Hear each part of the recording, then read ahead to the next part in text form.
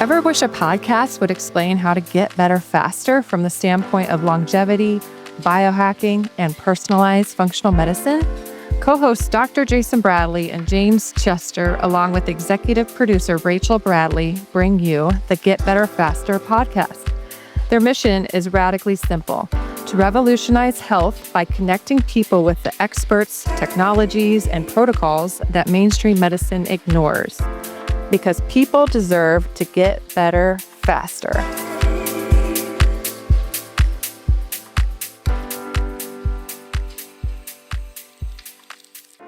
All right. Hello, I am Dr. Jason Bradley, and along with my co-host James Chester and our executive producer Rachel Bradley, we want to invite you to another exciting edition of the Get Better Faster podcast. Today, we are joined by Dr. Daniel Chong, a naturopathic physician who's been revolutionizing cardiovascular health since 2000.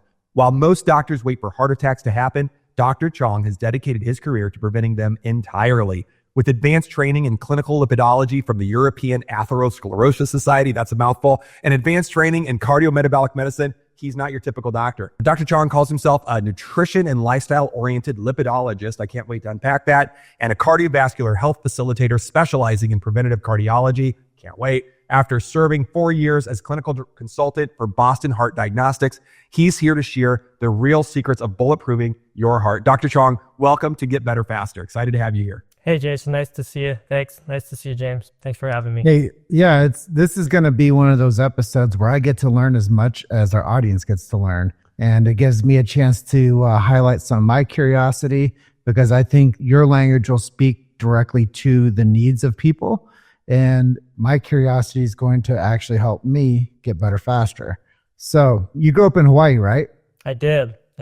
Yeah. Let's talk about your origin story a little bit. Like, Sure. How did you get to the point where you were thinking, hey, I'm going to go be a doctor and help people with their hearts? Yeah, my dad was a neurosurgeon, and I was the youngest of 3 kids, and I was the kid who kind of just wanted to do everything like my dad did. So I always wanted to be a doctor since I can remember. Anytime my friends would get hurt, I would go in there and try to check out what was going on with them or whatever. And so I kind of just always had in my head that I was going to be a doctor. And yet kind of at the same time, my dad, despite being sort of a super high-tech, high-level type of doctor, was also very, very keen on healthy living, eating well, exercising, and he really imparted that into sort of my being as well. So I kind of had this like parallel interest in more health related stuff at the same time. And when I got to college, I just started learning a little bit more about different things out there beyond just what in the MD world. And kind of instantly I was like, I don't know if I want to do this straightforward surgeon approach or something like that. So I just started exploring. This is back in the late 90s and no internet yet, so I started sending away for like pamphlets and things like that. I had no idea what naturopathic medicine was, had no idea what chiropractic was. James, I know you have some chiropractic background. You'll find it funny. I remember sending away for info from the chiropractic school up in Portland near where I was in college. And they sent a video that sort of like covered what chiropractic medicine was. And I was like, man, this sounds so cool. And at the very end, they did a cervical adjustment. And as soon as I saw that, basically the only thing I ever saw that looked like that was like Arnold Schwarzenegger killing somebody on a movie. And I was like, whoa, okay, not doing that.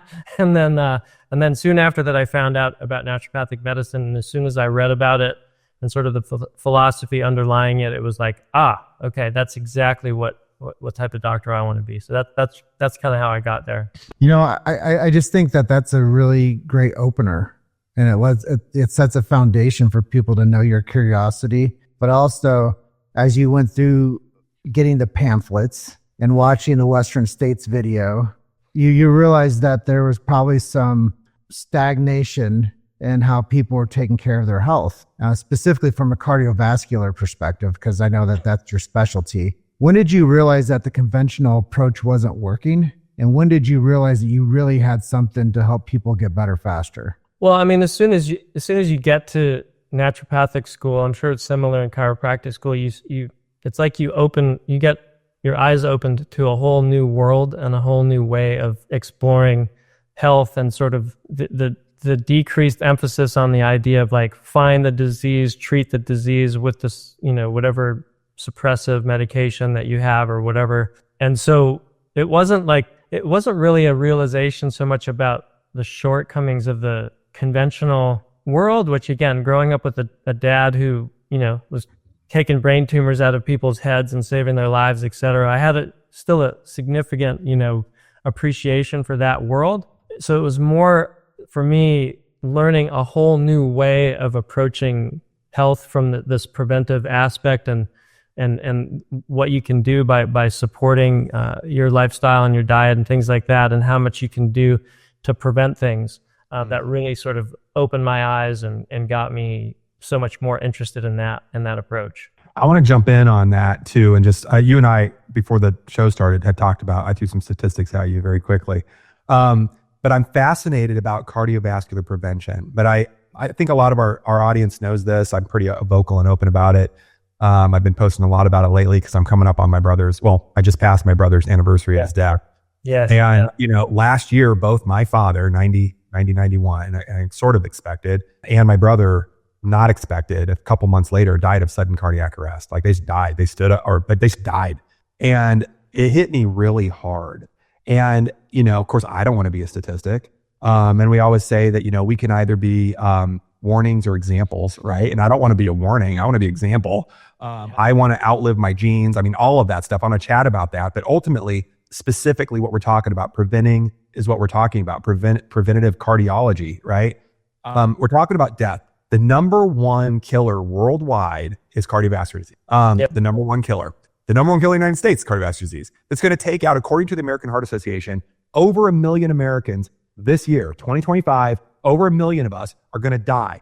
The same group, the American Heart Association, in their journal called Circulation, and then even on their website, when you dive into it, they flat out, transparently, black and white say 80 to 90% of these deaths could be prevented. That's 800,000 to 900,000 people, Americans alone.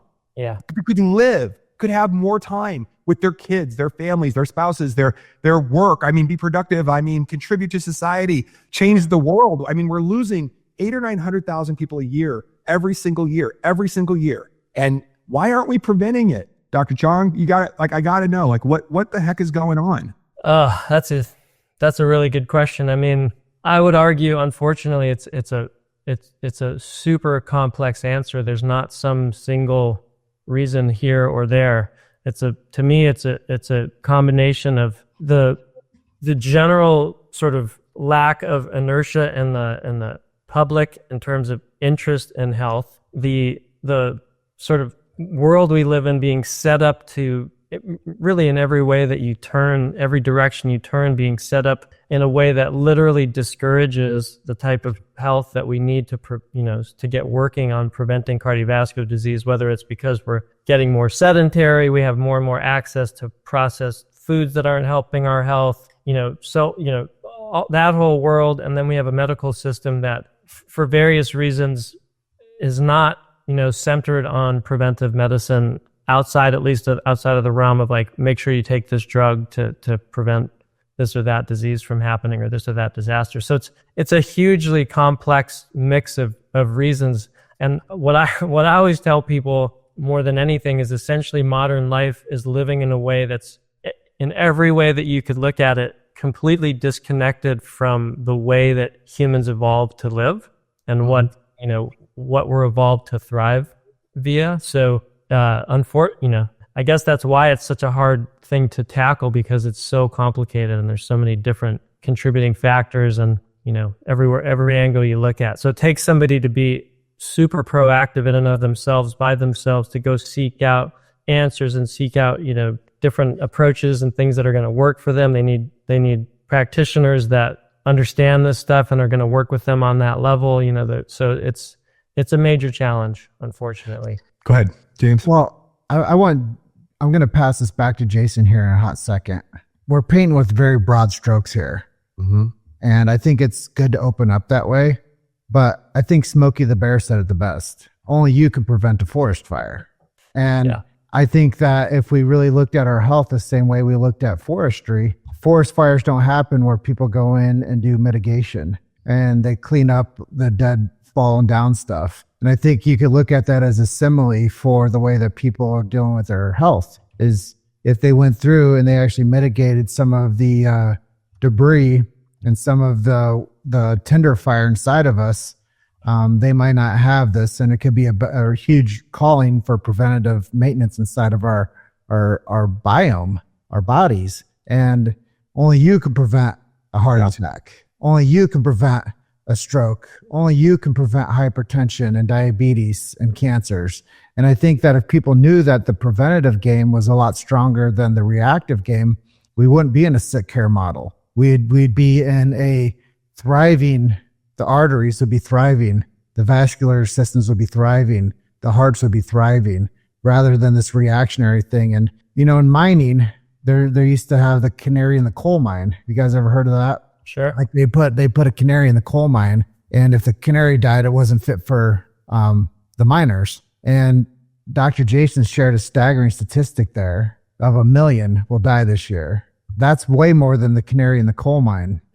And if we knew that the 1 million was the canary, how do we make it a safer condition for people to just exist? And how do we make it a safer condition for people to thrive? And I know that's a lot, but I shared some similes between forest fires and the sick care system and keeping people without needing that crisis type care, and this crisis moment where 1 million people potentially will die this year from something that can be prevented. And Jason shared stories about his family members, his pops and his brother. These are serious things that hit us close to home. And there's not one person with 1 million people that are going to fall down and die this year that it doesn't touch their household. I want to jump in real fast too. I'm going to comment and then I'm going to redirect it. I just want to talk about preventative. Dr. Chong nailed it. Daniel, you nailed it with saying that it's a complex answer. Why aren't we preventing this stuff? And I'm going to give you guys a real straightforward answer. I quit working with insurance companies a long time ago because for our listeners that don't really know this,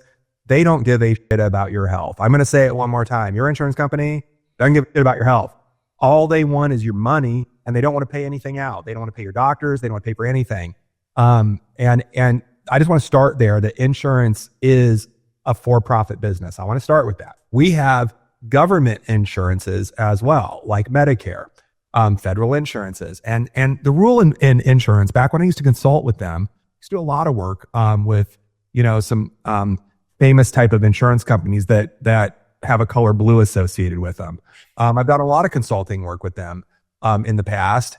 And what I learned is, as goes Medicare, so goes everything, right? So Medicare kind of sets the rule, and then all the other private insurers kind of follow suit. According to Medicare guidelines, section 2251.3, I want you guys to write it down. If you guys are listening, James, my brilliant partner, brother, friend, always says, get out a pen and paper while we're having this conversation, because stuff's going to come up that you're going to want to refer to. So just write it down.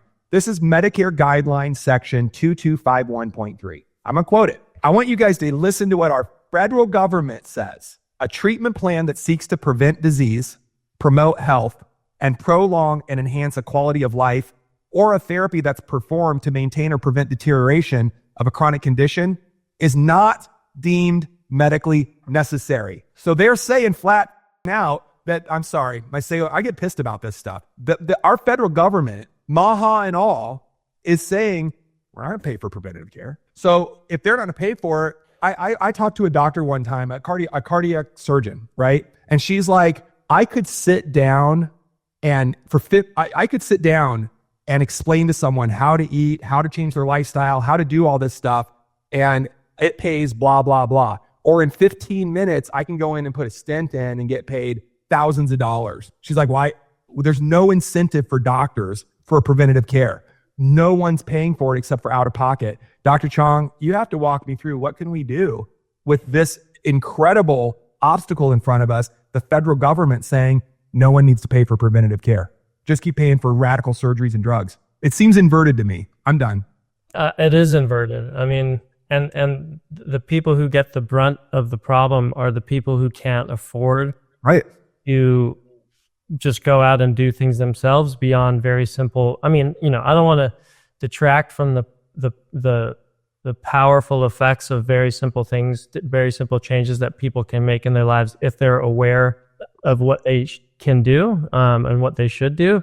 But nonetheless, a lot of times, especially when somebody's in a very serious health situation, they need help, they need a practitioner, et cetera. And like you, Jason, I left the insurance industry, as a provider, I don't know, close to 20 years ago. And the hardest part about that was knowing that doing that was going to mean that certain people couldn't access me unless I gave my services away basically for free, which I sometimes do, but it's hard to make an actual living if you do that too often. So that's the biggest problem for me is in trying to solve that problem, is that right now the only alternative is as you said, going outside of the system, rolling on your own, et cetera. And so many people literally don't have either physical access because there's no doctors near them that do this, or the financial means to be able to explore that. I wish I had answers. I don't have answers.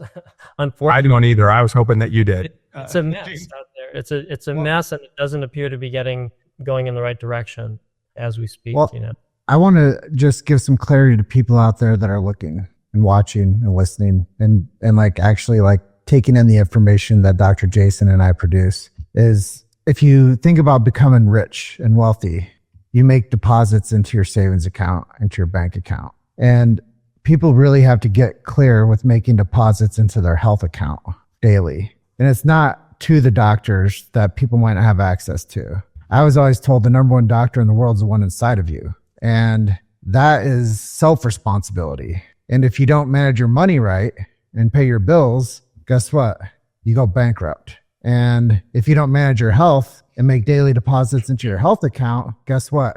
You die. And in our schooling, at least for me, a product of our wonderful public school education system, I learned nothing about health or money. Those are the two things they don't teach at all. It's like the two most important things for us to even, God forbid, survive, but to thrive. I mean, I hate to be it. I mean, I know people say you can't buy happiness, money doesn't buy happiness. I have a good friend of mine, Alex Sharfin. If you guys aren't following him, you should be as well. He said people that say that have not given enough away. I mean, I hate to say it, but I mean, there's a huge difference between being in poverty and having an excess. And unfortunately, we're not taught that. And we're also not taught to have an excess in our health. And so we're poverty stricken in both ways, at least with our education, and we're hamstringed. I want to go back just a little bit too, coming back to this whole idea of preventative medicine. I think we all agree that it needs to be there. We don't have our feds behind us. Maybe Maha will move it along. I don't know. I had hopes. I have hopes. They waffle day to day. But I do want to bring it back to my dad died of sudden cardiac death, flat out, in his 90s. And then a few months later, my brother, a few years older than me, died of the same thing. And, my dad was, I'm just going to say, a type 2 diabetic. He was at times, mildly obese or very overweight. I think even in his leanest times, he was probably like 20, 30 pounds over. My brother made my dad look small. It's like my brother was trying to eat. I mean, my brother ate and drank all of his feelings. He was visiting vascular surgeons, losing parts of his body as this stuff happens when you get to these areas. And, I talked to my brother and he would say things like, well, it's in our genes. And I'm like, hypertension, high cholesterol, cardiovascular, diabetes, all this stuff. And I refuse to accept that about myself. I just refuse to accept it. Dr. Chong, as veteran, preventative cardiology, and lipidology, advocate, what would you say to people that say, hey, it's familial, it's in my family, it's in my genes, it's going to happen to me? Tell me about your perspective on that, because I'm sure you hear it in cardiology all the time. Yeah, and as per usual, it's another complex topic with a lot of nuance to it. First and foremost, I would say I oftentimes tell people genetics present possibilities, but they don't necessarily define outcomes. I like that. And there's plenty of evidence out there that people can have strong predispositions to things that lead them all the way to the point that they have severe cardiovascular disease already. And if they are lucky enough to find information or whatever that they need to radically change what they're doing in their lives from as many angles as possible, the entire trajectory that they're on can completely almost 180. And I mean, you see that in my work. I'm doing, before and after objective imaging studies on people's arteries, seeing plaque shrink, things like that, to really try to get a full breadth of evidence that the changes that they're making are actually having the impact that we want them to have. So it's entirely possible to fight against, so to speak, your genetic predispositions. That said, I do absolutely also have great respect for the impact that genetic predispositions can have on people, especially certain types. So it gets quite complicated in that regard. Plus, you're going to have certain genetic predispositions that really are, not having as big of an impact, and then the lifestyle factors just massively multiply the effects of that. Whereas in other situations, I mean, I've seen people doing pretty much everything that I could hope that they would be doing in their lives, health-wise, still getting somewhat worse because of the power of the impact of the genetic predispositions that they have in their body. So certainly if they were living unhealthy lives, it would have been much worse for them. But I've learned over time, it's why I place so much emphasis on doing my best to reevaluate people and find how well their bodies are responding. Because what I no longer do is make assumptions about people. So, if somebody's like, oh yeah, I fully changed my lifestyle, my diet, I'm doing this, I'm doing that, I'm still going to want to recheck, because I've seen enough examples of where I was surprised by things getting worse when so many other people doing similar things got better, that I've learned a lot more hefty respect for the genetic side of things as well. So as with everything else in the way I practice, it's all very sort of combined and complex and depends on the individual person, what's going on with them, et cetera. And I kind of just try to remain aware of all aspects and contributors to what direction people are headed in their health, and do my best to address everything as well as possible. I think that's a really solid answer, because that's a follow-up to something I'm really curious about. And I'm just going to make some general statements, common things that make us all the same. We all have genes. We all come from an XY chromosome, like we all become a person, and we all have familial backgrounds. We all have thoughts. We all become a human. Time keeps us all the same. We all get 24 hours in a day, whether you believe it or not. Gravity is always on, and those are like physical realm that we live in. And then we all put our shoes and socks on one at a time. I've never met anybody who can put 2 shoes and 2 socks on at the same time. You might be able to put your pants on 2 legs at the same time, but you're only going to put 1 shoe and 1 sock on, like one by one. So we have these common things, right? And we all are born in this world with nothing, and we all leave this world with nothing, except for the memories that we make in between. That's our time, and that's our health also. You make better memories when you have better health, I believe. And like Jason said, the education model, it doesn't predispose us to health and financial freedom. And there's no money in healthy people. Like there is money in broken people, and there is money in bankrupt people, because there's systems that support those. It's very parasitic. And there are systems out there that exist that will take advantage of people that have poor health, that fall into that trap of the Maha movement, into the Medicare guidelines. Like there are systems out there that parasitically exist that take as their gain. They take people's loss for gain. But testing, you said that you do specific different testing that helps people maybe have preventative outcomes. So if we're going to take somebody that has the same time, the same gravity in their genetic code that they're predisposed to, how does your testing that's non-conventional, doing the lipid style testing, help people know that they're maybe going to get better quality years of their life going forward? That's a great question. Well, I always tell people that the most important test is the second one. And what I mean by that is that's where we start finding how their body's responding to whatever it is that they're doing, whatever changes they're making, whatever things they're taking or not taking, or choosing to take or choosing not to take, etc. The most important thing to identify is how their body's responding. So I'm pretty straightforward. I do a combination of lab testing and imaging studies with people. And I love that. The lab testing that I use is fairly straightforward. I used to do a heck of a lot more lab tests than I use now. I've refined it down for various reasons, mostly because a lot of stuff is either overlapping or not very well standardized in terms of being able to be trustworthy from test to test. So, but it's still nonetheless a decent amount more than what's typically tested lab-wise in the conventional setting, primary care setting, even cardiology setting.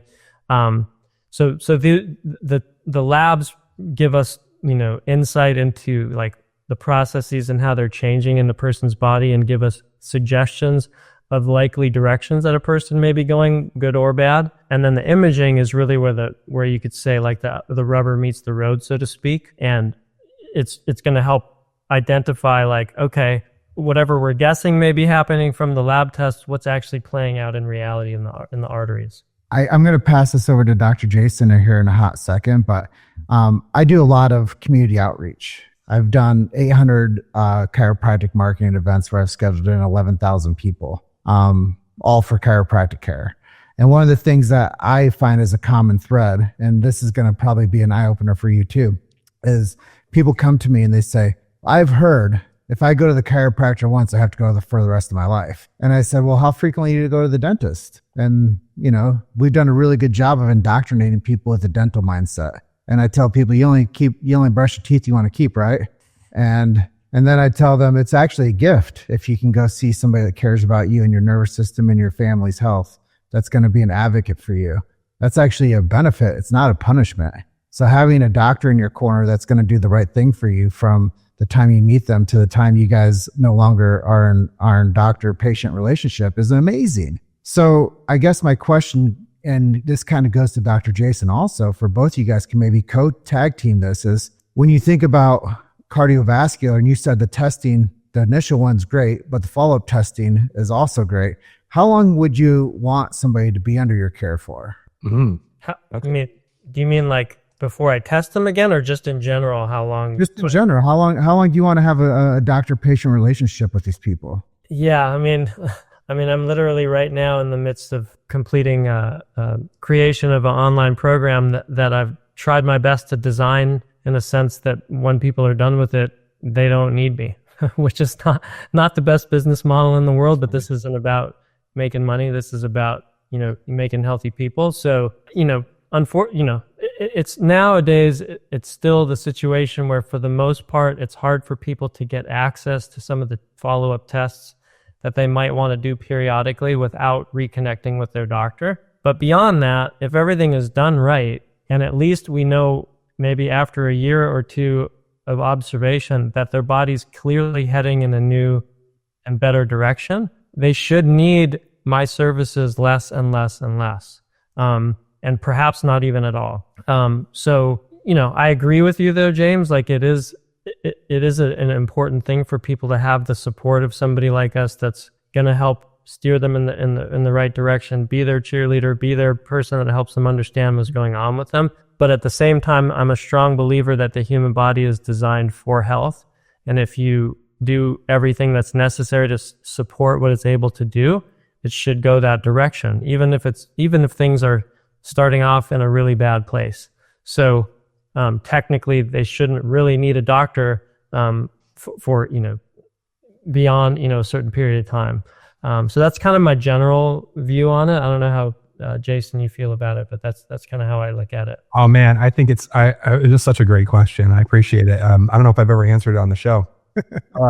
It's interesting, Danielle, because I heard you say what we've said. Our virtual practice is currently called Radiant Health. We switched it from Epic, which it was before, just because we transitioned team and just the lens that we're looking through and whatnot. But same general idea. When we had it named Epic, Epic was an acronym, empowering the person to impact the community. And our goal was always education oriented and training oriented. Rachel and I actually own a website called beyourowndoctor.com, BYOD. With the whole concept of like teaching people, like James was saying earlier. I mean, we are really, if it comes down to it, we're in charge of our own health. We're in charge of our own sovereignty. We have to be responsible for ourselves because quite frankly, no one else is going to do it. And even if they're willing to do it, nobody can do the push-ups for you. You still have to do it. So our whole bent has always been empowerment and education and transferring whatever's in between my ears and Rachel's ears over to our clients, and teaching them, quite frankly, like how to, what labs are important, what do they mean, how to interpret it, what to do about it from a natural medicine point of view. So it's interesting that you say that, because we've spent the last decade also creating a system where when people exit our care, whatever that happens to be, or our consultations or whatever you want to call it, we move them into our alumni group. But hopefully they have been empowered to take that responsibility for the health. And certainly people will cycle back to us. I've been doing this, but now I need a little bit more help. So I don't know that it's interesting. Like, I mean this from my heart, to James, to answer your question. I think all of us that are in this preventive field or longevity field or whatever it is, I think most of us want our clients to feel empowered and out there working independently, because we have to transfer that. But at the same time, I'm just speaking the reality of the situation. Some people are able to do that and some people aren't able to do that. Some people need, I don't want to say hand holding, but some people need someone to walk with them, beside them, to help them stand back up, to be the footprints in the sand that sometimes we're carrying them. And what Dr. Chong was saying earlier, it's a privilege. It's really a unique thing, or James, I'm sorry, you're saying a unique thing to find a doctor that's willing to walk that walk with you. Because it's a heavy burden to carry. And quite frankly, I don't know many doctors that are willing to do that. And it's one of the reasons I didn't say this earlier in the show. And James, I'm going over to you. I wanted to be clear. I personally consulted with Dr. Chong for my own cardiovascular health. So just to let you know, like the depth of this, it's very real to me. And having Dr. Chong on the show is a very real discussion. But James, I want to pass it back over to you. Yeah, well, I mentioned to you the prolific amount of people I've scheduled into chiropractic services. I tell people this. It's very clear and very honest, Dr. Chong and Dr. Jason. I tell people, if I don't tell you the truth about chiropractic today, somebody else will close you for drugs or surgery. It's just the way that the medical system is built.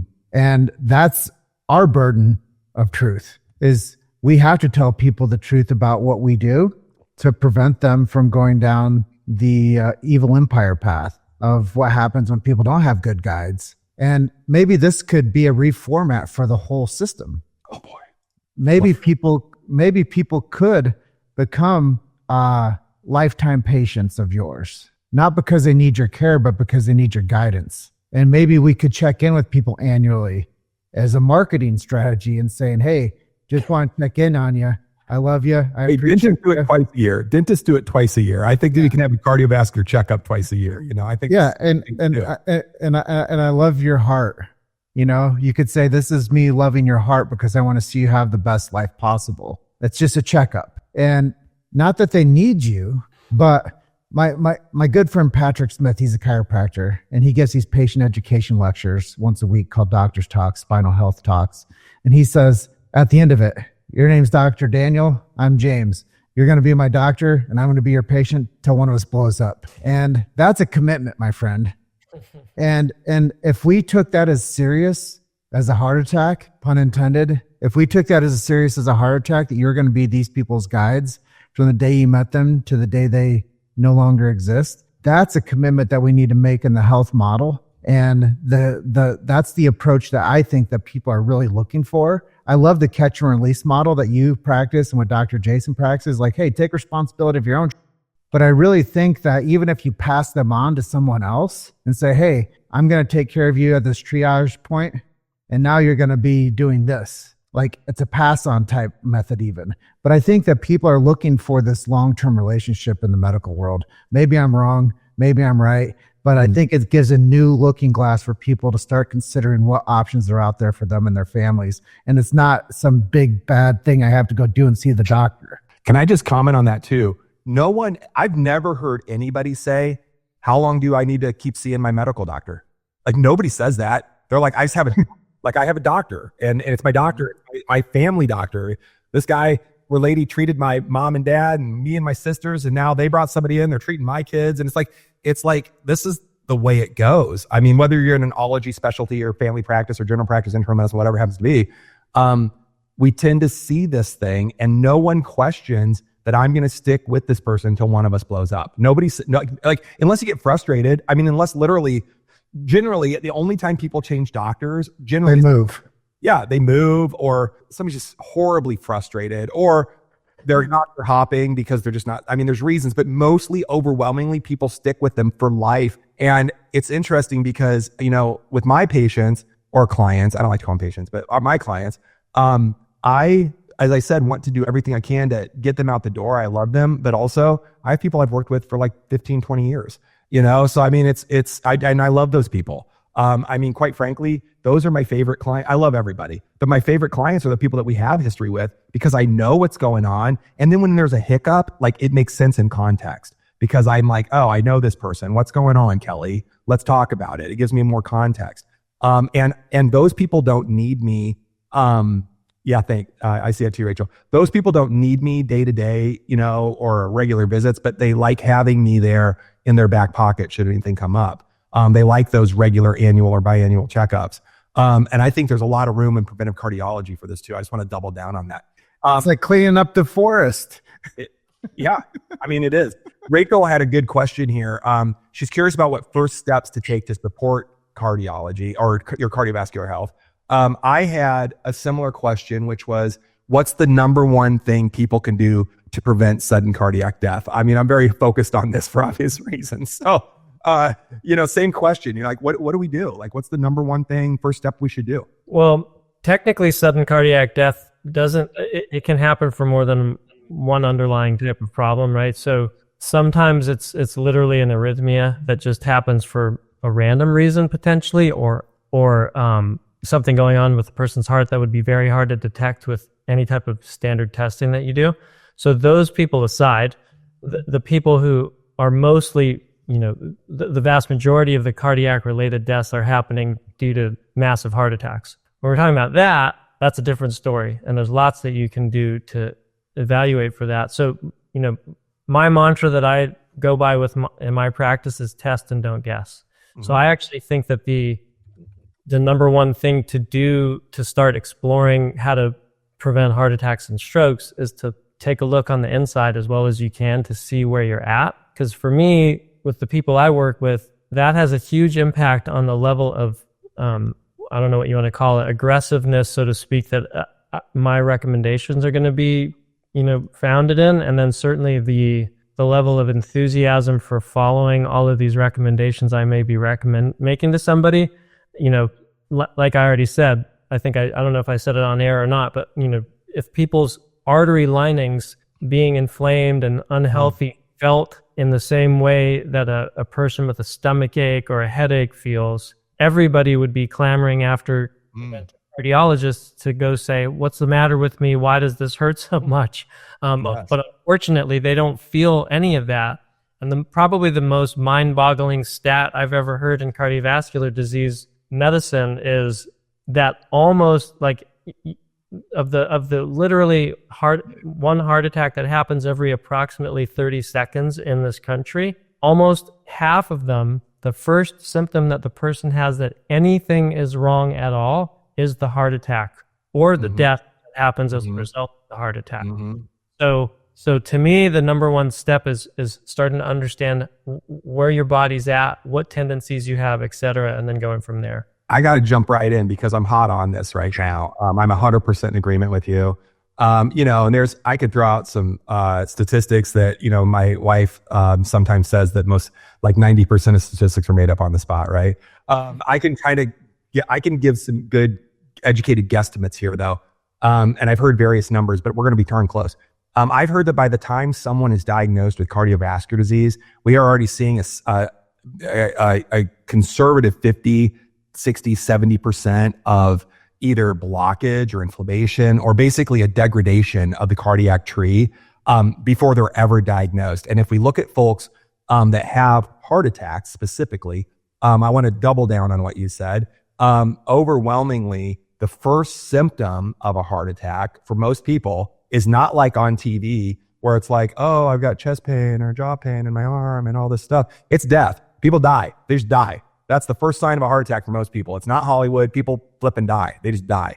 So coming back to that specifically, we talked about testing and imaging, and I'm not sure how I want to ask this question, but it's a follow-up question to imaging and testing. I do what I think is a pretty good cardiovascular screen. And I can rattle off some stuff. I won't do it all, but like APO, A1 and B and ratios and lipase and, all the inflammatory markers and plaques and all this, fibrinogen. I can keep going on and on. There's a bunch of stuff that we can check. But ultimately, yes, those are clues. I think those are clues. I think that imaging, arterial calcification scores, I'm not sure if that's what you're chatting about or mentioning that you do imaging, but I think that those can be important. I have a follow-up to the calcification score that I want to follow with, but when you say imaging, I just want to get some clarity from you. What kind of imaging is the most useful for preventive cardiology? Like what imaging would you get done? Where do we go? Yeah. So technically for me, that depends on the person. Okay. And especially how old they are, and also to some degree their sex, male or female. So can we just pause for a second and just say 46-year-old man lives in Colorado, myself. 46-year-old guy in Grand Junction, Colorado. Let's just start with that. Let's go straight to the those matter. people are just, you got nothing that you can do. So the reason why I say that is, a lot of people are getting more and more familiar with calcium scoring as a primary means of screening for cardiovascular disease, which for those that don't know, it's a CT scan of the arteries in your heart that is detecting any plaques in and around the coronary arteries that have calcified. Quite strong in the realm of predictive value for people, especially the older that they are. And the reason why I say that is the younger you are, even if you have full-on cardiovascular disease developing in your arteries, you may not have had any of the plaques there start to calcify yet, which is a later stage of the disease. Mm-hmm. So the younger and younger, so 46, for example, the younger somebody is, the more and more unlikely it is for them to have plaque present that has calcified. It does not necessarily mean, though, that they don't have any plaque. So I just tell people, the younger you are, the less meaningful a zero calcium score is to me. And the older you are, the more meaningful a zero calcium score. Yes, James. I mean, this is so important for people to hear this stuff. So thank you for sharing this, because I had no idea. I'm out in left field. Like, I have no idea what any of this means. So I'm sure there's people out there that'll be digesting this content and this information and be like, damn, I need that. But I'll just go back in time. The mindset that I had growing up around the men I grew up with was everybody's afraid of the damn doctor. Like, we wouldn't go to the doctor unless our leg was falling off. Like, we stayed away from that dude or that gal. Like, it was not some Robitussin on it and it's fine. Let's just be real. We took a shot of whiskey. Okay. But that was Dr. Jack Daniels ruled my house. And that was the way that people like dealt with it. Like, we wouldn't go see the doctor.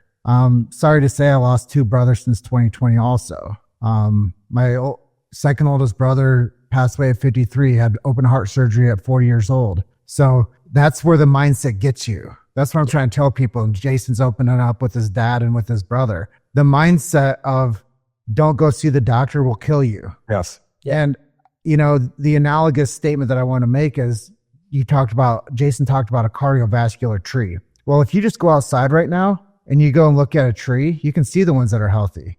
They're green and they look amazing and they look vibrant and they look vital. If you go outside and you see a tree that looks gray and the bark's falling off and it's not getting leaves, that's what happens when you have plaque and calcium scoring on your arteries. Your tree is dying. The tree is dying inside of you. So the analogous statement is, don't be afraid of doctors and go get your tree checked.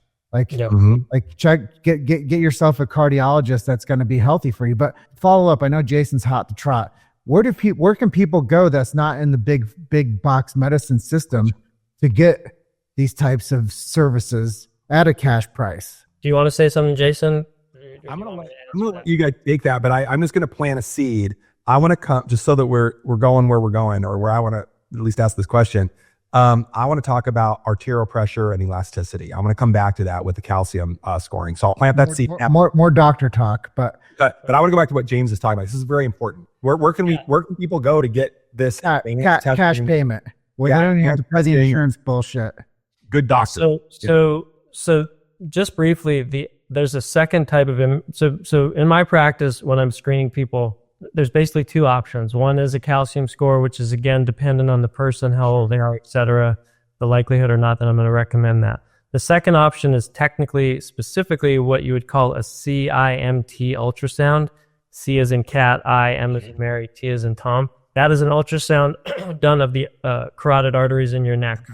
And the value of that imaging study is that unlike the calcium score, it picks up on any plaque that's there, whether it has calcified or not. And if you're using a good company, it's going to detect tiny little things that are just starting to happen, as well as other subtle aspects of vascular health, which you'd call generally vascular aging assessment. So the point is it's going to sometimes find things going on with people a lot earlier than you would be able to tell anybody with a calcium score of 0 has going on. The only downside is that it's doing their carotid arteries and not looking at the coronary arteries feeding your heart. On average, they correlate. So a lot of time, on average, you're going to see relatively similar findings from place to place. So if you see really clean arteries in your carotid arteries, it's pretty unusual to have a bunch of plaque actually present in your coronary arteries. But I wouldn't say that's not possible, because I've seen it myself where I have somebody with no plaque in their coronary arteries and an actually very high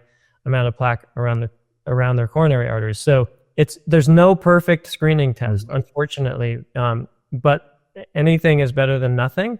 And when you couple that with a thorough history, thorough understanding of family history, genetic tendencies, and also lab testing, you can usually come away with a pretty darn good assessment of where people are at. There are other imaging studies that are more advanced and find way more stuff out that I'm happy to talk about too, but it's getting a little bit off into the weeds. So that's kind of the general idea for that. But the secondary follow-up is, where do people go? Like, where that I want to pay cash for this? Yes. So my experience has been, at least, that when we're talking about a calcium score, you still need a quote-unquote doctor's order. You can pay for it by cash. You don't have to get your insurance company to okay it, et cetera. And most cities that offer calcium scores, which are pretty much everywhere now, it's very inexpensive relative to other imaging studies. Somewhere between $100 and $300, depending on where we're talking about. The ultrasound that I'm talking about, there are people may be familiar with. I'm not going to name companies, but there are companies that are going around the country doing carotid ultrasound screening via a different technology that's not nearly as sensitive to the CIMT ultrasound that I'm talking about. So the only unfortunate thing with CIMTs is that they're not readily available in every city. But where they are, oftentimes you can go and get that done without a doctor's order. So I'm happy to provide names of a couple companies that are national companies that send ultrasound technicians to clinics around the country. Wow. That you can reach out to see, is there anybody in my area that's running these tests where I am, and start there. So I don't know how you guys are with naming company names or whatever. Please do. So I'm so used to speak. I just spoke at a cardiology conference where you're not allowed to name the name of any company at all. So I'm like, there's no CEUs with this. So I mean, there's two companies. One is called Vaso Labs and the other is called Cardio Risk. Those are the two that I know of that are high level CIMT ultrasound testing that are sending technicians around the country to offer testing. Right. So that's the best option. And then the only other thing I wanted to just briefly comment on, I don't remember where it came up.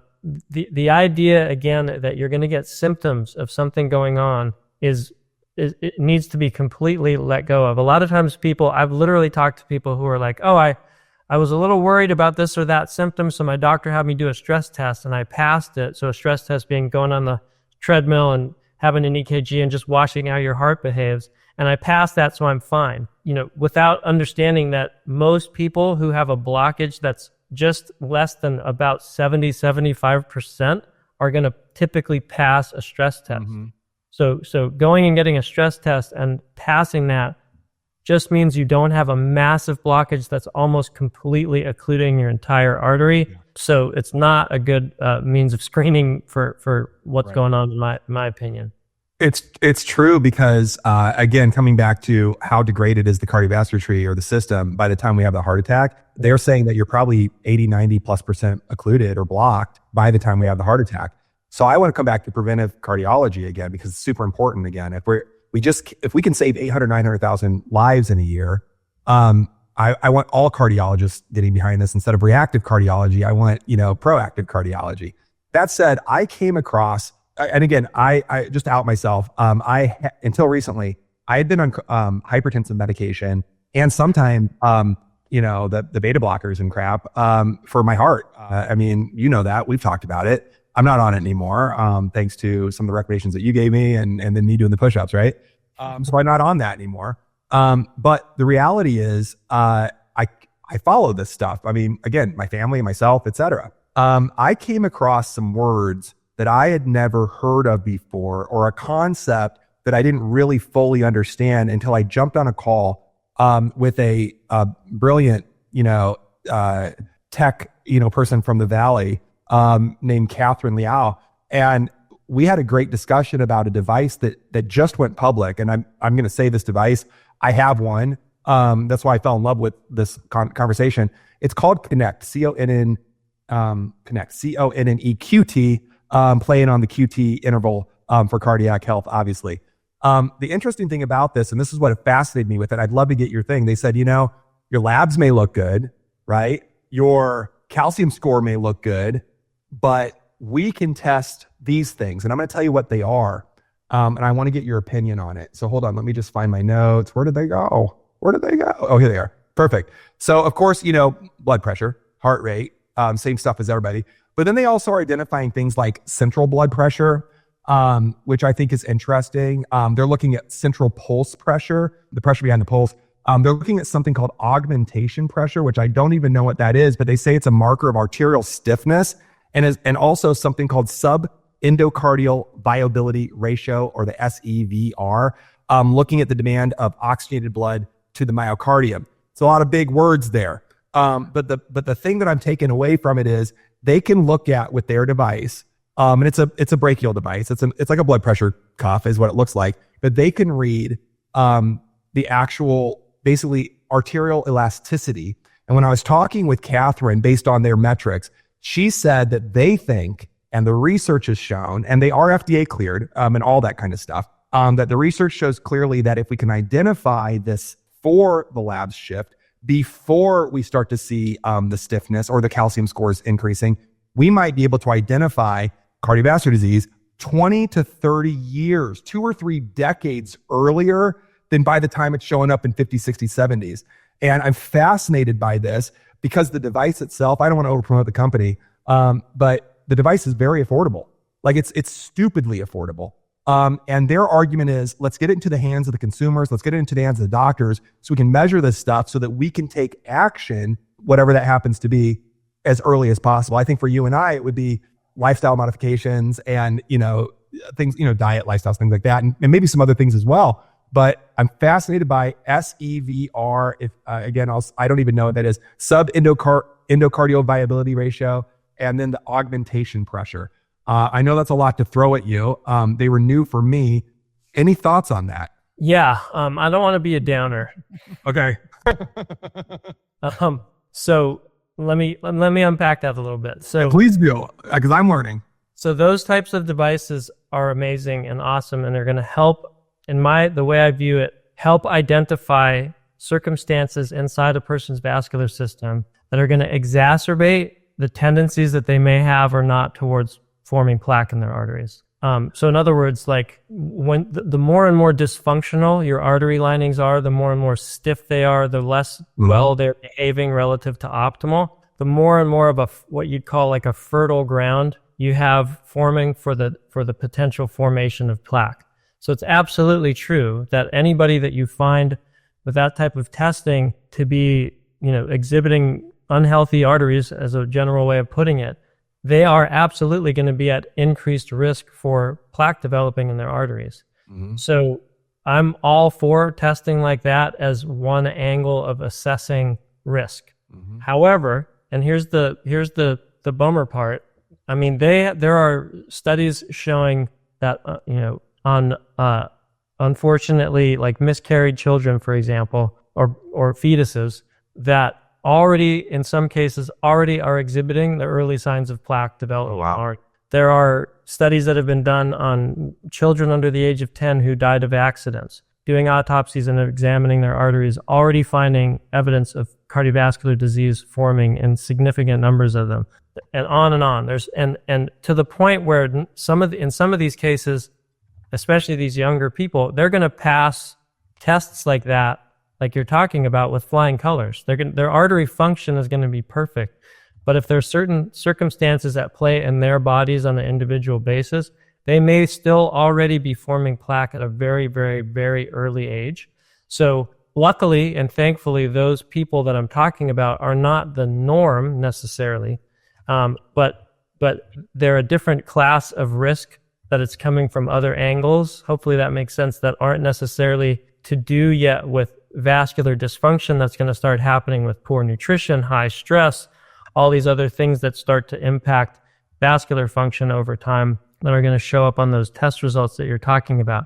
So, it's why I place such a great, even though I said what I said about genetic predisposition, not necessarily defining the outcome, I still put great emphasis on understanding people's family histories and the background and tendencies that they have in their families. And then when we find people who are showing like evidence of really early heart attacks and things like that, going to whatever degree we can to find where they're at, whether or not it includes devices that like that. So hopefully that all makes sense. Well, I think something that links into this is what Jason's talking about, what you're talking about, and people actually doing a little bit of like investigation, is it builds awareness. Yeah. And it's going to start a conversation. And it's going to change the conversation of that family, of that relationship, of that individual. And my call to action for people is take a health vacation. Go find one of these facilities with vaso labs or cardio risk, and take your family there and do this testing and look at it as a benefit to your future rather than a detriment of something I have to go do. Don't get me wrong. The vast majority of people that we work with, Jason, are gonna be in that age range where testing like you're talking about is going to be super useful, because a lot of times that type of stuff is already going on with those people. It's just go ahead. It changes the conversation. Mm-hmm. Right. It changes the tone of reality. And I think that's what... especially if they have a 0 calcium score. They get that then, and they're like, "Oh, I'm good." And then they get the type of testing you're talking about. Stress, pass the calcium score, and you're like, you're good to go. And then they die of a heart. They need more.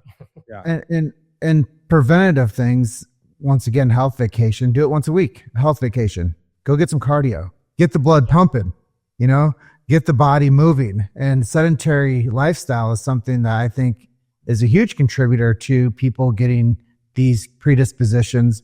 And when they test, they're like, "Oh, what do I do now?" So maybe we could give some solution to that moment too. I like that. I want to give Dr. Chong, if you'd like to, if there's something you want to throw out there, but I have another question for you. I didn't mean to jump into that. Nope. Go ahead. So earlier, I want to just make sure that I'm right in what I'm saying too. Earlier this year, I believe, in March, I'm not sure, I might have the date wrong, but earlier this year, Dr. Kilmer McCully died. And I'm going to just help everybody remember who this man is. Dr. Kilmer McCully is, at the time anyway, he died at 91 earlier this year. He was who they based Doogie Howser MD on. One of the youngest graduates from Harvard, cardiologist, and he was doing his cardiovascular research, and what he was, his studies there. And he came up, everyone that he was researching that had these heart attacks, or overwhelmingly, they had a high amount of homocysteine in their body, in their bloodstream. So homocysteine, and he's like, like the D.D. Palmer of chiropractic, Eureka, I discovered the cure for deafness with adjustments, and then couldn't quite reproduce it, kind of with Kilmer McCully.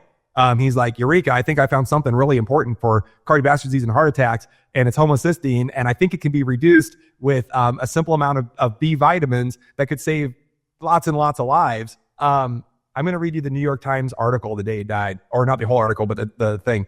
Kilmer McCully, 91, dies. Pathologists vindicated in heart disease theory His study showed that a B vitamin deficiency could cause hardened arteries. It took the medical profession more than, and it says a decade. I'm going to say it was many decades to quote, catch up. And I'm also going to say, I don't think they've caught up yet. But I'd love to hear your thoughts on this pioneer homocysteine and its relationship to the hardening of the arteries. I don't know who that is, but that's very cool that he's who originally came up with that idea. I mean, homocysteine, I screen on every patient. I look at it, going back to earlier what James was talking about, this analogy with Smokey the Bear. I'm not kidding you, James. I literally, like I just said, I just spoke at a cardiology conference a couple of weeks ago, and one of my slides literally had Smokey the Bear on it at the end saying only you can prevent forest fires, because an analogy I use to describe plaque and developing in arteries is like a fire burning, like a wildfire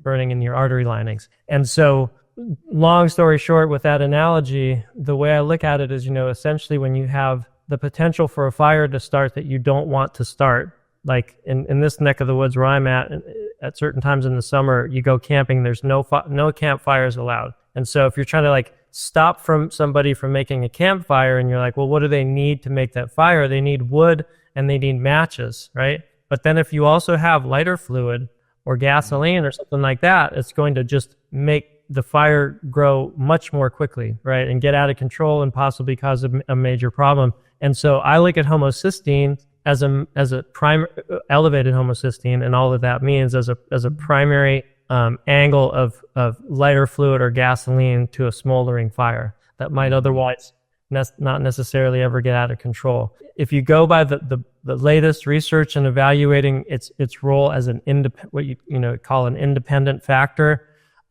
it's not as well proven to be sort of like in and of itself on its own able to cause cardiovascular disease. But the point is, there's a gray area there. Like almost everybody is almost, how you hear like people are forming little cancers all the time and then they're getting rid of them.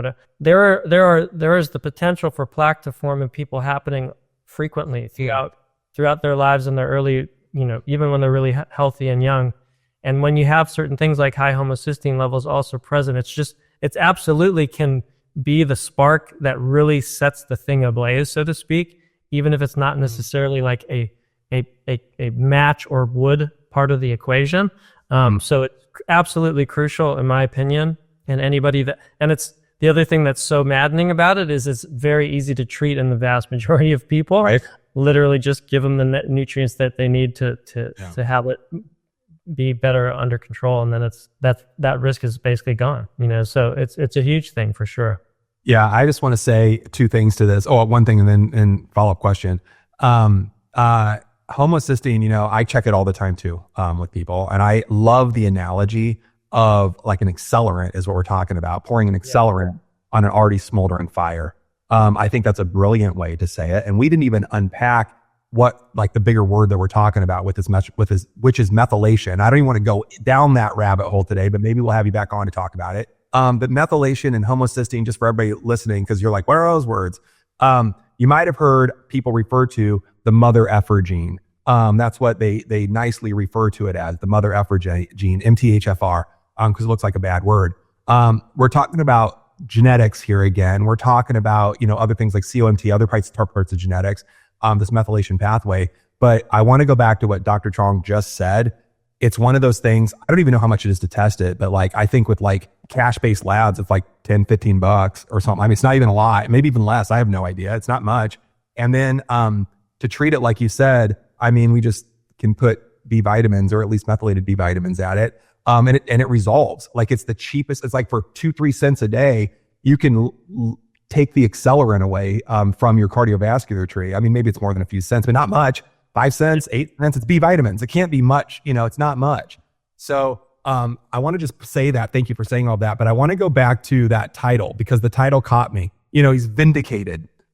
B vitamin deficiency causes hardened arteries. And it took the medical profession, and again, they said more than a decade. I mean, this guy, it's like 3, 4, 5 decades. I don't know how long ago he did this, but it's been many decades. Do you think the medical profession is caught up with this idea that homocysteine is an accelerant on a smoldering fire? Are cardiologists like the general run of the mill, I'm going to go do my stress test. I'm going to, this and that. Are they thinking like, I better check this person's homocysteine for $4 and treat them for 5 cents?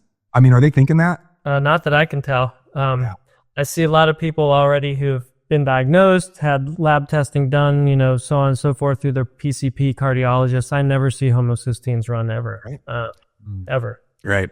So it brings back to what I want to, like, we've kind of been hinting around this and we've talked about it, but I just want everyone to know, we had Dr. Chong on the show today because he goes to the depths with you, not just based on you're my patient breathing and, because of that, everybody gets the same thing. I mean, he's thinking about age, sex, genetics, from I would call it a functional medicine point of view, but functional chemistry, functional nutrition, lifestyle medicine. I just want to say that, if you're looking for someone that's going to go the distance with you for cardiovascular disease, I can't think of many people that would even be in the same class as you. So I just want to say that if you're listening, connect with Dr. Chong. I'll just say it now and then we'll jump over to James. If you want to connect with Dr. Chong again, it's vital-human.com. And we'll talk more about that, but they can even schedule an appointment with you and see if they're a good fit to work with you, at that site. So, go ahead. Before you guys transition to that segment there, my closing statement was, what happens when people get to, yeah, like, I have something to do now. So maybe you can share with people some solutions on how they can balance out nutrition and lifestyle for better cardiovascular health, or if they do get the what that next step might be. Yeah. So my assumption by the moment is that you mean like we found plaque in their arteries, essentially. Or you find some markers within their homocysteine and you're like, oh boy. Or you find some type of a marker that gives you like the gulp in your throat that you're like, oh, now I came back at 453. Now I got. No, I said my cholesterol came back at 453. Do I need to be concerned? Yeah. Like as a provider, you're like, oh boy, I have the gulp moment. I have to tell this person something that they're gonna have to do something. Go put it. Yeah, you got to put a new timing belt. You got to put a new timing belt in your heart. Yeah. So I mean, I will say that the vast majority of people I see are not what I would consider like standard Americans, and I don't mean that in a negative way. But a lot of the people that I see have already been down the road of doing a lot of the, at least to some degree, a lot of the basic stuff, trying to eat well, trying to exercise, etc. And so it's not a common conversation, in other words, in my practice, to be saying like, you know what, maybe you should cut out the Twinkies, that type of perspective. It's more like, wow, what do we need to do to figure out why you're still progressing down this road of significant cardiovascular disease despite eating, I say this better, to people all the time, like you're already eating better than 90% of America. A lot of times are the initial intake forms that I see with people when they list out their diet, they're eating really well, et cetera. So to answer that question from that perspective, James, is a challenge because it's totally individual. Like I have to look at what they've already been doing and try to understand why things are still happening. Sometimes that type of thing gets uncovered with lab testing. But if we were to sidestep that and look at it more from the average American, maybe finding out that their father just had a heart attack or whatever and that they don't want to, or that's their moment, or they do their first set of labs with their primary care doctor and they're, like Jason said, their LDL's through the roof or whatever. Those people, always, we just start with the basics. Like, how much are you moving? That's what are you I'm eating? How much are you moving? What are you eating? How are you sleeping? What's your stress levels? Those are like huge, crucial things. Another thing a couple of things that are very, very important that are less commonly recognized as crucial factors would be being evaluated for sleep apnea and also what your dental health is. So those are things that a lot of people don't realize are very, very potentially potently connected to cardiovascular disease risk. So one of the questions on my questionnaire is, do you see a dentist regularly, like we were kind of joking about earlier?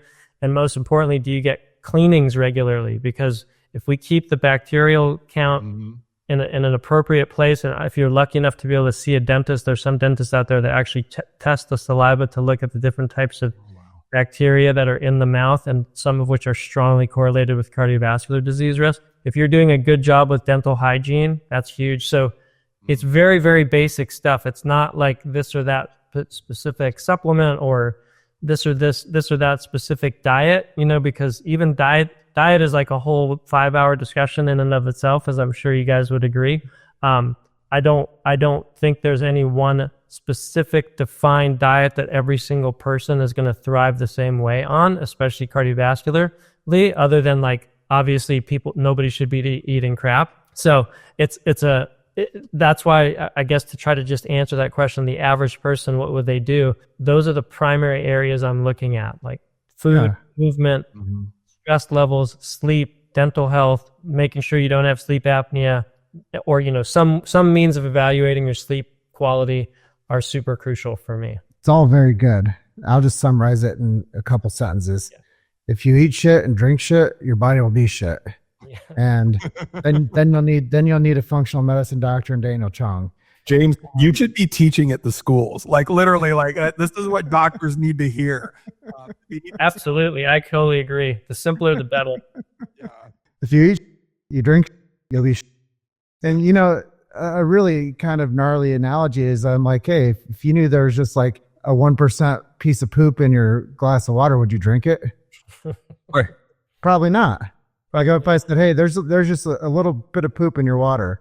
Just a little. Not drinking that today. Nope. I'll get another one. Yeah. And I think if people thought about that as like what they eat and what they drink, is that actually is poop. Yeah. And if they knew that by consuming it, it would make them sick, and it's poison, and it's ruining your arteries and your vascular tree and your pulmonary system. Yeah. They would. I just want to say really quick about that. Like that is a classic example of people knew what was happening in their vascular system, even after one single meal. They would stop eating certain foods, like poison.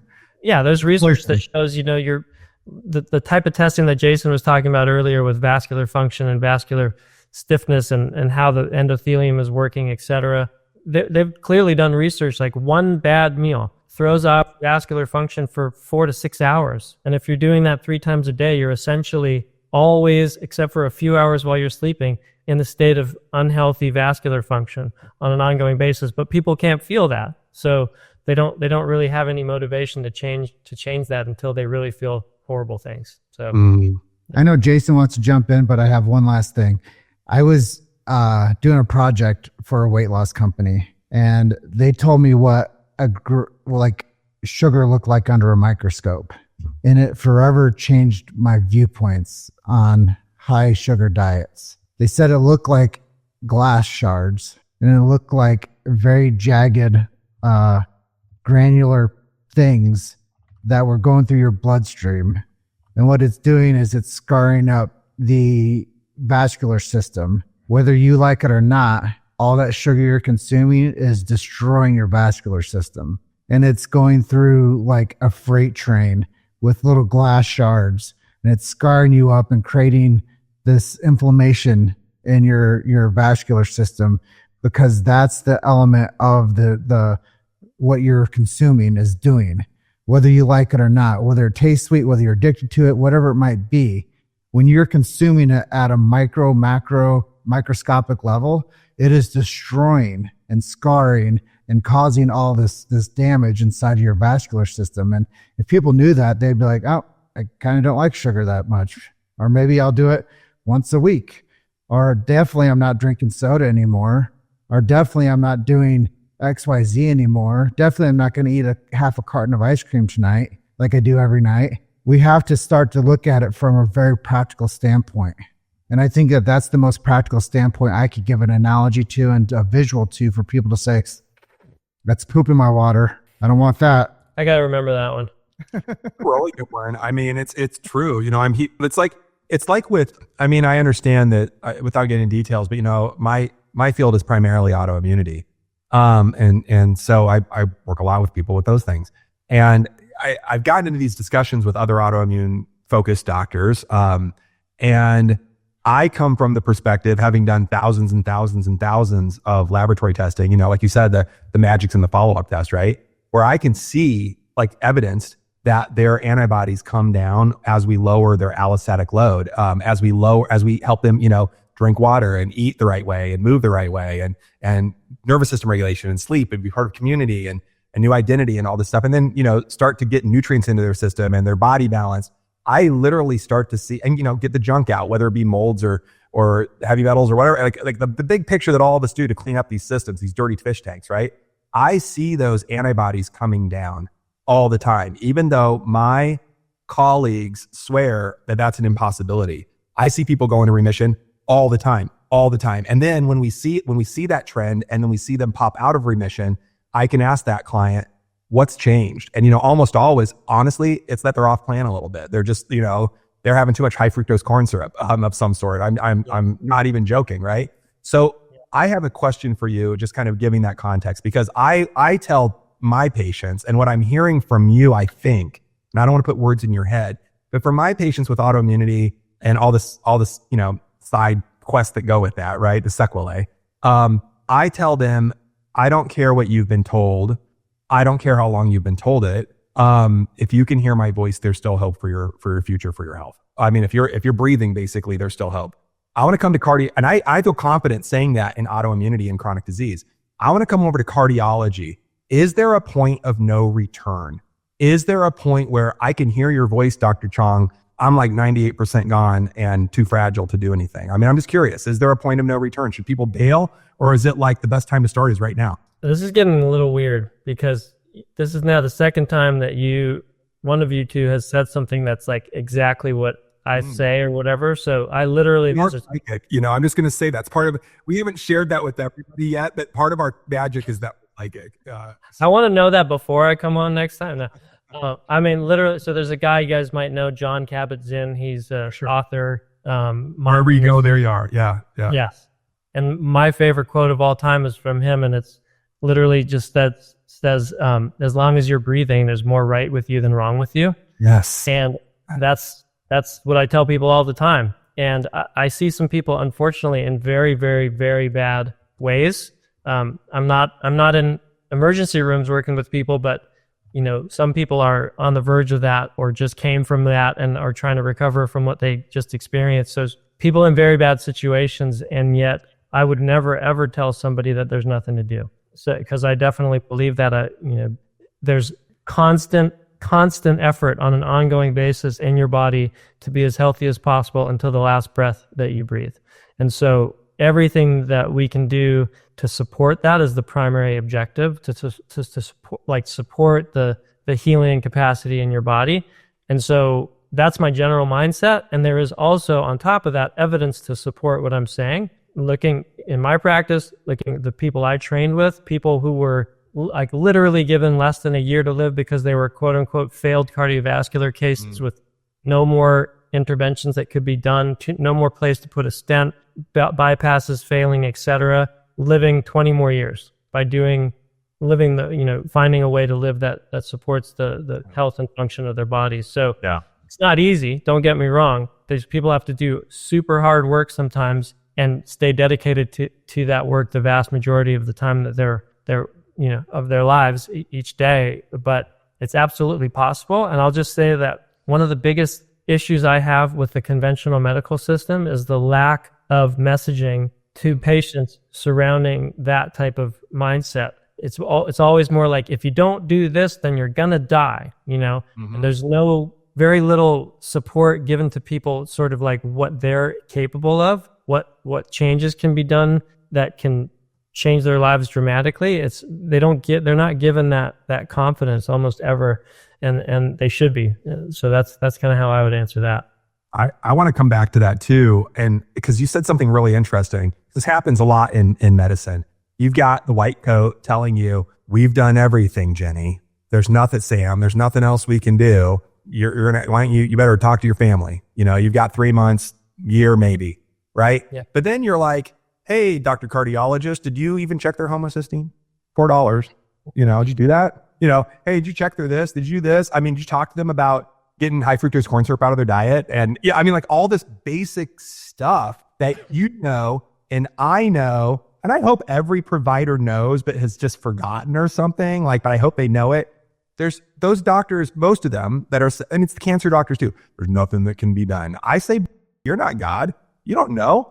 I'm like, let's like, let's do everything we can. I mean, maybe the drugs didn't work. Maybe the invasive procedure of, cut, poison, burn didn't help. Is there something else that we can do? Like, and then I come back to where we started our whole conversation. Why do we wait until the end to intervene? And I come back to if we can save 800, 900,000 lives a year, why are cardiologists specifically, not the U type of preventive cardiology, but, the conventional cardiologists, why do they say such asinine things? They have to be, I hope, reading the literature and know what I would hope, although there is that old joke, if you ever want to hide something from your doctor, just publish it in their journals, because doctors don't read.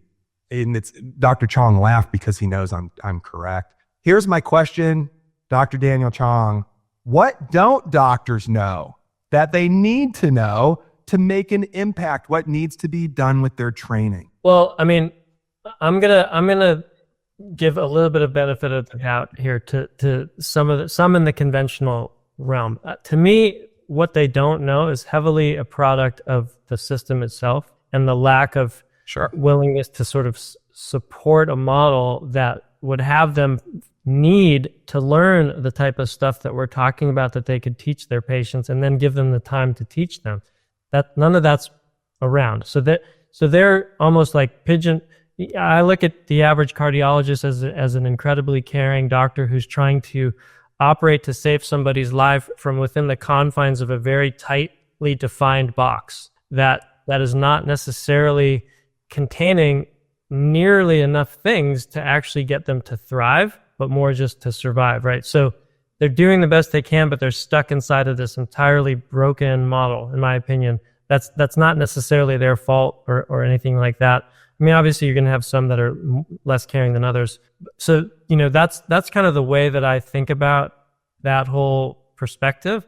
I've lost the mindset of we need to fix the system. I'm now of the mindset of we need an entirely separate system that works 100% its own way. It's not fixing that. It's totally broken and it's too ingrained. We need a parallel, what's that Buckminster Fuller? Oh yeah. We need a new paradigm that's so great that it makes the other one obsolete, right? Yeah, exactly. Yeah. That's what we need. And I think that if it was available, it would be attractive to even these doctors who are stuck in this other model, because it's not rocket science, to see how much better that approach is of being that way. But they need to be able to see it possible. They need to be able to see that it's going to allow them to make a living and all that type of. That's a whole nother discussion. But that's really kind of where I'm at with that whole thing. So that's my Go ahead, James. I think it's really helpful for people to hear. I do have one more question before we get to the edge of our time together today, but I do have a couple points and a couple statements. If you're a doctor out there, don't you ever think about not giving that person in front of you hope. That's the biggest drug you will ever give somebody, is lack of hope. That will take their life from them. If you want to keep people alive and thriving, give them hope. That's the number one thing you should be prescribing to anybody that comes through your office. It's not a prescription pad. It's a mindset and a belief system. Give it to them. Give it to them for free. Give them hope. And here's to the practitioners. Dogma. Kill the dogma of your practice model. It's not rocket surgery or brain science. What you've been taught might not work. And you have to start reinvestigating what other solutions might be out there for people. And if the person that you have sworn your oath to do no harm to, consider that. What can you do to make somebody else's life better with your license to heal? And then my last question for you. Drugs, the pills, the potions, the lotions. When people get them and they go on this lifestyle of management, if you will, when do people stop taking that shit? Oh boy. That's a good question to end on. So talk to me enough by now. Like, I'm super nuanced about this type of stuff. Yeah, that's why I'm asking you. That question is going to be dependent on the person, like no doubt about it.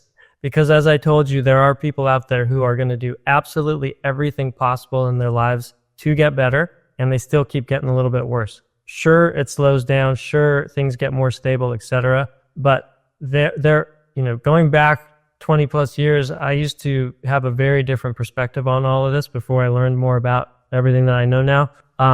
and used to have a very like line in the sand approach to medications with cardiovascular disease. In reality, they are a tool, and if used properly and sparingly and in the right circumstances versus like as the blanket first line therapy for everybody who just qualifies because of a number on a lab test, if they're used more thoughtfully and more specifically with certain people, then they are a tool that can be incredibly helpful to them and might need to be a part of what they're doing for the foreseeable future. However, if the people don't also do the other things that are more, in line with helping them thrive, the drug's not going to do enough in those people. Amen. Oh, and I would say that if they're not going to do the other parts of it, I mean, taking a pill is easy, right? I mean, it just is. And that's the beauty of medicine. It's easy and mostly it's cheap. I mean, hell, Jim and I are connected with a group of people that can get you free medications,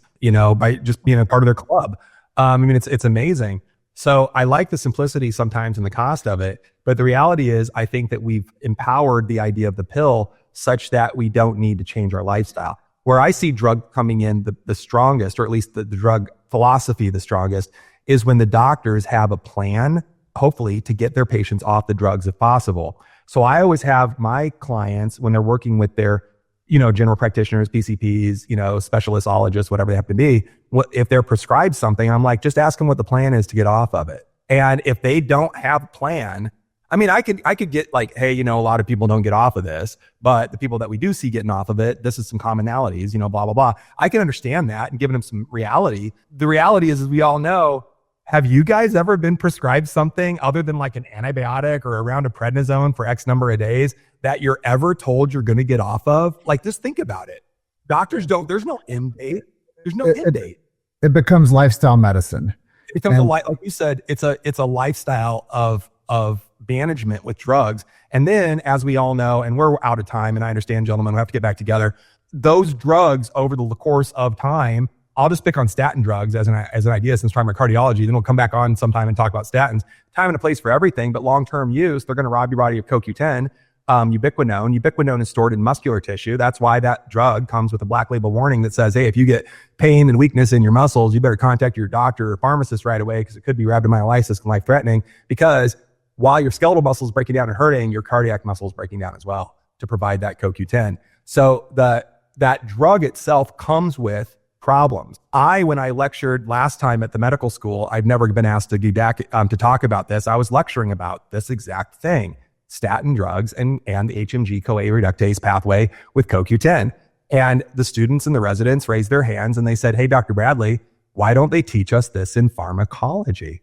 And I said, I don't know. That's a great question for pharmacology. And when I was done lecturing, a guy came up and I was clearing my stuff off the podium. I was guest speaker. He starts slamming his stuff and huffing and gruffing. Clearly he's upset. And I'm like, hey, brother, I'm sorry I ran a little over. And he's like, that's not what I'm upset about. And I'm like, what's up? And he's like, I'm pharmacology, thanks. And I'm like, oh, great. That's great. So, I mean, I think the thing is, I come back to what your doctor isn't being taught, what your doctor doesn't know, what they're not learning in pharmacology, toxicology, physiology, basic biochemistry, honestly, could be the most dangerous part of the equation.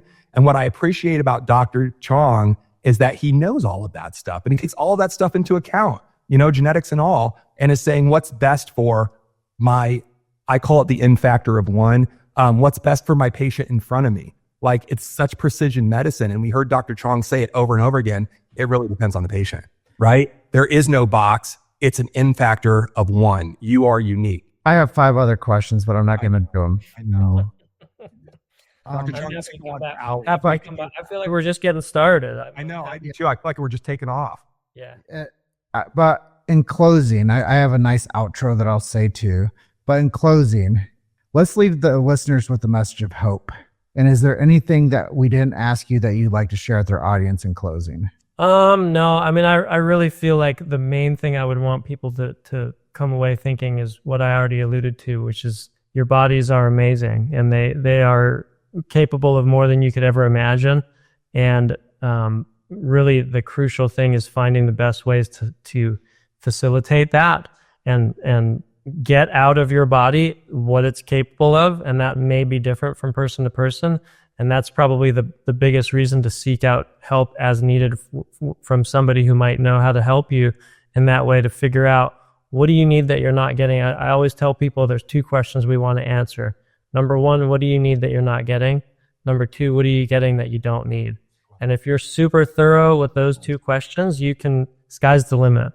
So you need to be having that mindset to really get to where you're trying to get to. But the point is, you can get there. So that's kind of how I would say it. Well, thank you for the message of hope. I just want to thank executive producer Rachel Bradley for being behind the scenes, making sure that we're going the right direction with the path of the show. And Jason Bradley, what an honor to be able to host this show with you. I know we're opening up a lot of eyes, ears, minds, and hearts with what we're doing here. And Dr. Chong, it's been an absolute incredible experience having you on with us today. I know you didn't know what you're getting yourself into, taking this opportunity to talk to us about your life. I don't have any bruises or anything. I feel all right. But you've given our listeners real actionable strategies to take control of their cardiovascular health and take a break from reactive medical system, which I think is really important. And it's really important to give people hope. Like I said at the closing, is the number one thing that doctors should be prescribing to people is a great mindset for hope. And if you have breath in your lungs and a heartbeat going, there's a chance for you. And thank you for sharing your expertise and the important work that you're doing to help people prevent heart attacks and strokes before they happen. For everyone listening, if this conversation opened up your eyes to a new way of thinking about your health, Dr. Chong's website is vital-human.com. You can connect with him on Instagram at _Daniel_Chong_ND and on Facebook at Vital Human Dr. Daniel Chong. And here's how you can help us grow our movement. If this episode gave you value, hit the like button, share it with someone who needs to hear this message, and drop a comment letting us know your biggest takeaway. Every like, share, and comment helps us reach more people who are ready to get better faster and break free from the medical matrix that's keeping them sick. This is exactly the kind of information the establishment doesn't want you to have, so help us spread the word. Share this episode, tell your friends, and let's build a community of people who refuse to accept that heart disease is inevitable. Until next time, keep getting better faster. Dr. Chong, Dr. Jason, thank you for having an amazing show today with us. Thank you, everybody. Love everybody. Thank you so much for having me. Appreciate Bye it. for now. Bye-bye.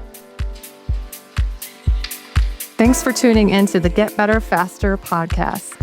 Join the movement and visit getbetterfasterpodcast.com to find all our episodes, micro content, and resources to help you and your family get better faster.